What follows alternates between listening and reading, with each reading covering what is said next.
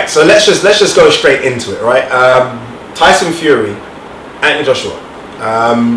What should I say respectfully, I guess, Anthony Joshua versus Tyson Fury.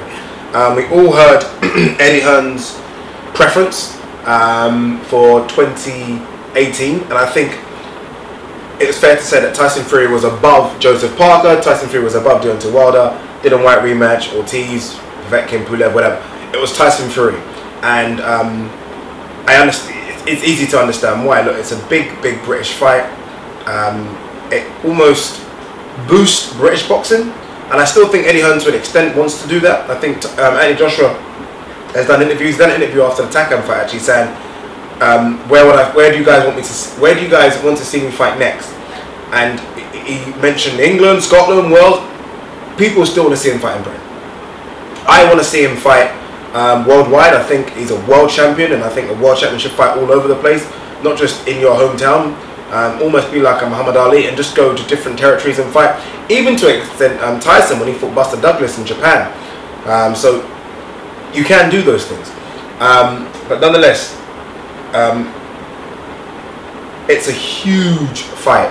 I paused there because I'm trying to think how big it would be in terms of pay-per-view record worldwide. So I'm talking not just the British pay-per-view, which I think it will smash, which is now held by Klitschko versus Joshua. I think it's 1.1, 1.2 million.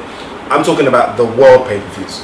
So I think obviously Pacquiao, Mayweather, obviously number one alongside McGregor. That McGregor Mayweather pay-per-view numbers still haven't really been released, but alongside that, so we'll say that's joint first. Then Canelo, Mayweather, De La Hoya, Mayweather's ridiculous. And then you got what, Tyson Holyfield and Tyson Lewis, 1.2, 1.2. I think it could do 2 million. I think it could do 2 million pay-per-view buys. People might call me crazy. I just think Tyson Fury is that enigma.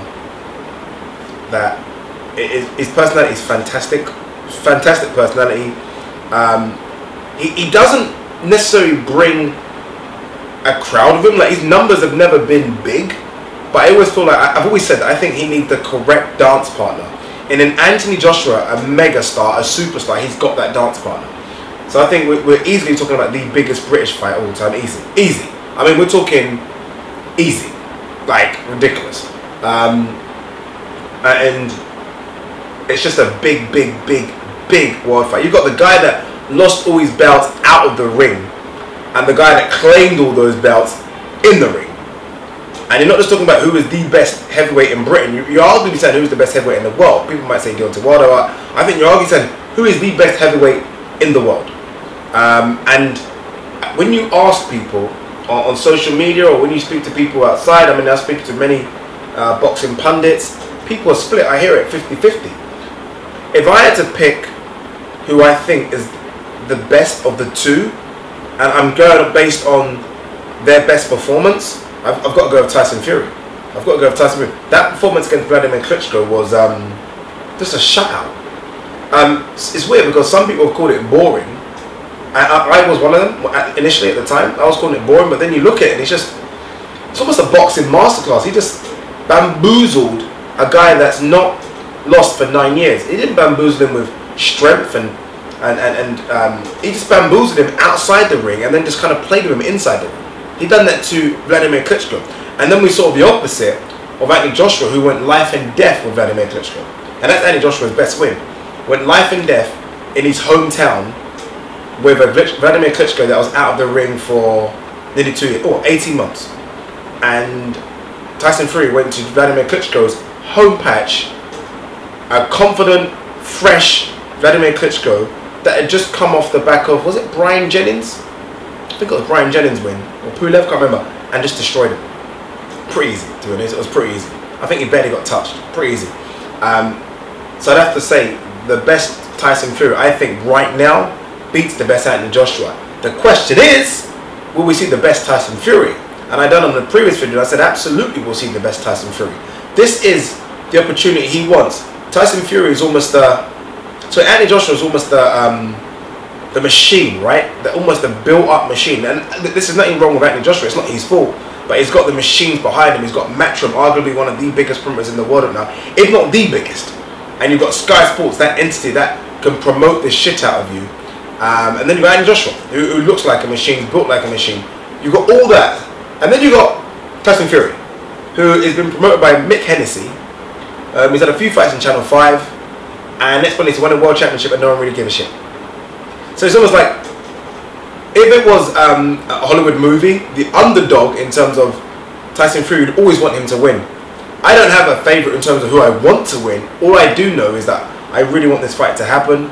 I hope it can happen. I think it'll be something special. You know, you always want to be able to tell people, growing up, I saw that fight, I saw this fight, and this is one of those fights for me. I really, really want to see two unbeaten guys. Both of them around the same age, completely different backgrounds, and I think they just go together. It's like this. Just go. One in Anthony Joshua is almost a kind of orthodox boxer, jab, right hand, body shots, you know, the kind of typical stuff. And you got one in Tyson Fury who's just, for a heavyweight, just completely unorthodox. Kind of does whatever he does. Sometimes it actually looks stupid, sometimes it looks embarrassing, but when he puts it together, it looks fantastic. And I think right now, Tyson Fury beats Anthony Joshua. If it's the Tyson Fury we last saw. And that's a big if. But guys, let me know what you think. Leave the comments below. Who wins and why if this fight goes down in 2018? Or do we need to be fair to Tyson Fury and let this fight happen in 2019 after he's had a few comeback fights to see where he is mentally and physically? Let me know what you think. Peace.